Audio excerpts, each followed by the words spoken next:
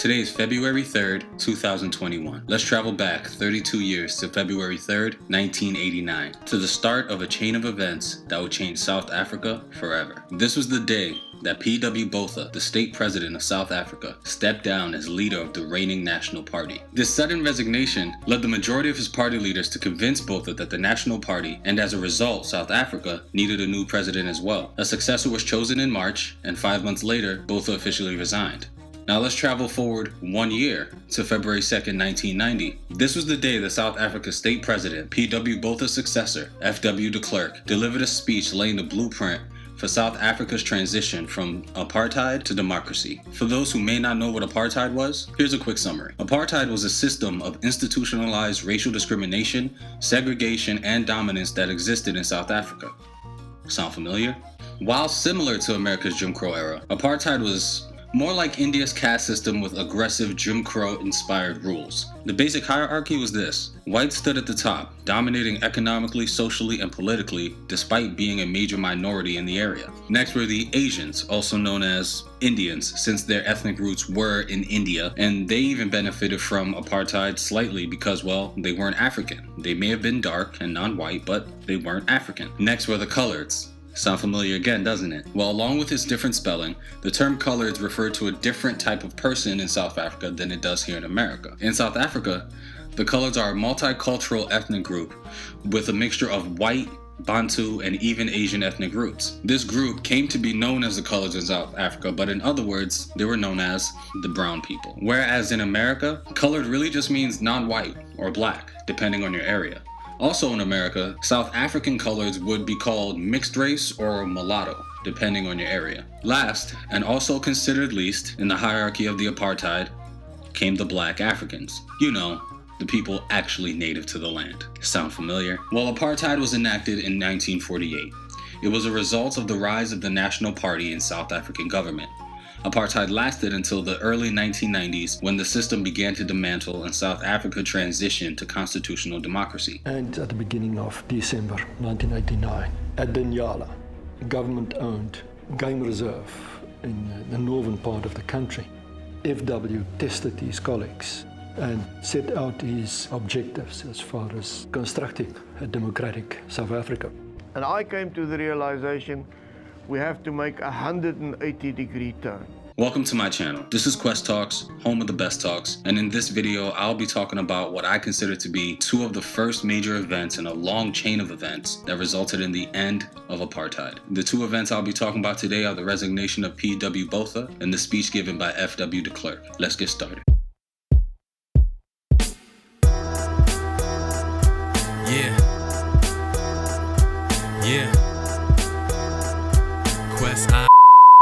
P.W. Botha was only state president for 5 years. His term lasted from 1984 until 1989. Despite this, his term was arguably the most unique of all state presidents. As a member of parliament a year before he was elected, Botha proposed a new constitution and put it to the vote of the white population, so of course it passed. Apartheid was still the system at large, but Botha would allow interracial couples to marry and allow them to have children, which had been illegal for decades. Despite rising through the ranks of parliament, Botha's new constitution also removed the role of the prime minister, absorbing the prime minister's duties into those of the state president. He also allowed Indians and coloreds to vote, giving them their own chambers of parliament. He went on to change the executive branch further, giving the president and his cabinet majority power in general affairs. Any parliamentary disputes would be settled by a council made of people chosen by the president. All of this was basically set up to make it impossible for the white chamber of parliament to be outvoted.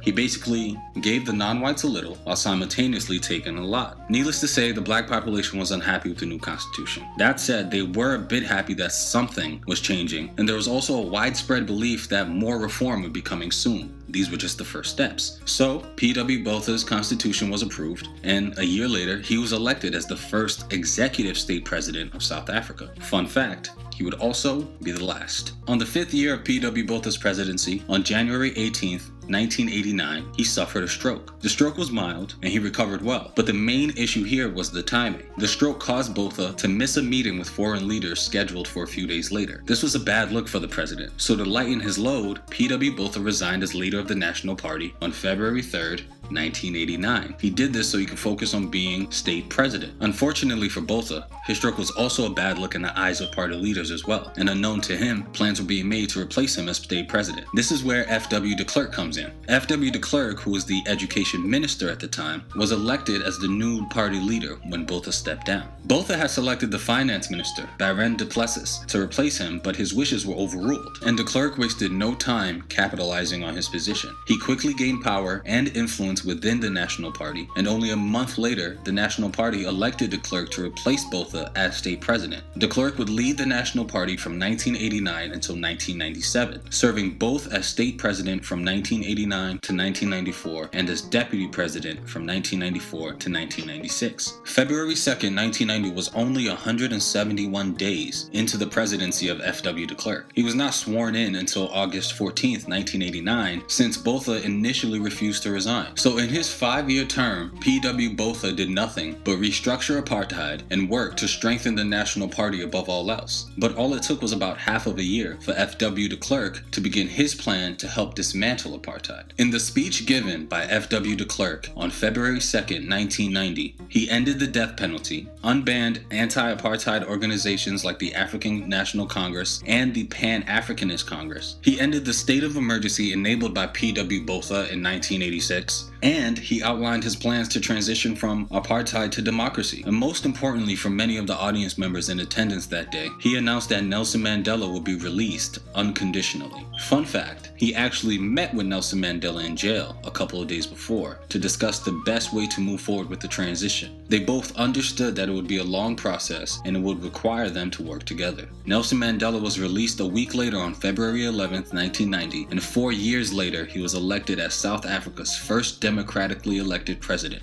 on May 10th, 1994. The reason I chose to highlight these two events is because I personally had known about them for a while. I had a phase when I was younger where I kind of got obsessed with the story of Nelson Mandela, and I really poured through everything that happened during the apartheid era in South Africa because it wasn't taught to me in school. And that's a part of what I want to do with this Black History series that I'm doing on my channel this month. I want to highlight stories that honestly aren't taught in American curriculum in terms of Black history, whether it's Black History Month or not. We usually get the same generic civil rights story. And don't get me wrong, those stories are important as well, but there's a lot of details that get missed within those stories alone. And then there are also a lot of other events and prominent figures that essentially have become forgotten in the greater scope of things because people stop talking about them. So with that in mind, I was looking for big events that happened in Black history. I chose these two events because I thought that they were both essential events to the ending of apartheid. You know, P.W. Botha's stroke didn't end apartheid on its own, and apartheid didn't end the day that F.W. de Klerk gave that speech, but these events were both catalysts. If P.W. Botha doesn't have that stroke, then who knows how long he would have been president. He had it set up so he can be re-elected indefinitely. So all he would have had to do was keep his party happy, which he was already adept at doing, and he could have stayed president until he died. And if something like that would have happened, or even if he only stayed president for 5 more years, F.W. de Klerk may have never been elected state president or national party leader. And we don't know if the person who would have been chosen over de Klerk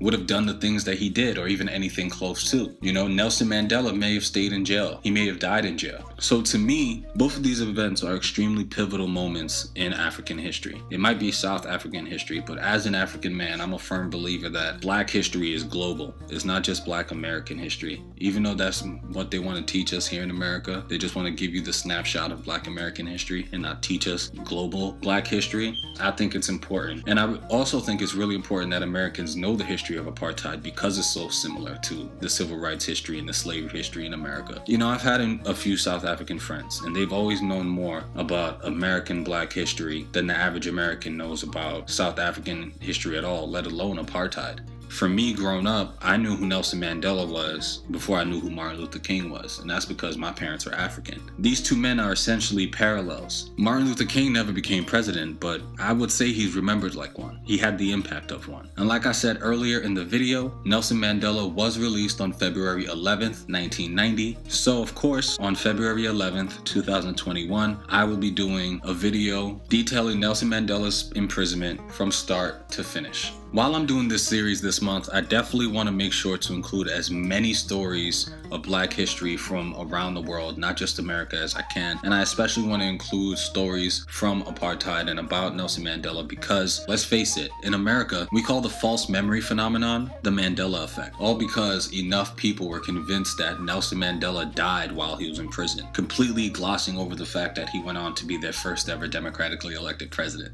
If that's not enough to convince you that Americans don't know much about South African history, I don't know what to tell you, but hey, I'm gonna do my part and I'm gonna include these stories. So look forward to that video on February 11th. I'll be doing the story of Nelson Mandela's time in jail up until him being elected as president. So that's it for today's video. I hope I was able to teach you just a little bit about Black history today, South African history. And if you liked the video, please let me know. I'd appreciate it if you comment below. Let me know if you're enjoying the series. Let me know if there's any specific events in Black history that you'd like me to cover, and I'll try to squeeze them in. As always, I appreciate it if you subscribe. This is Quest Talks, home with the best talks, signing off. I'll see you guys in the next video. Peace.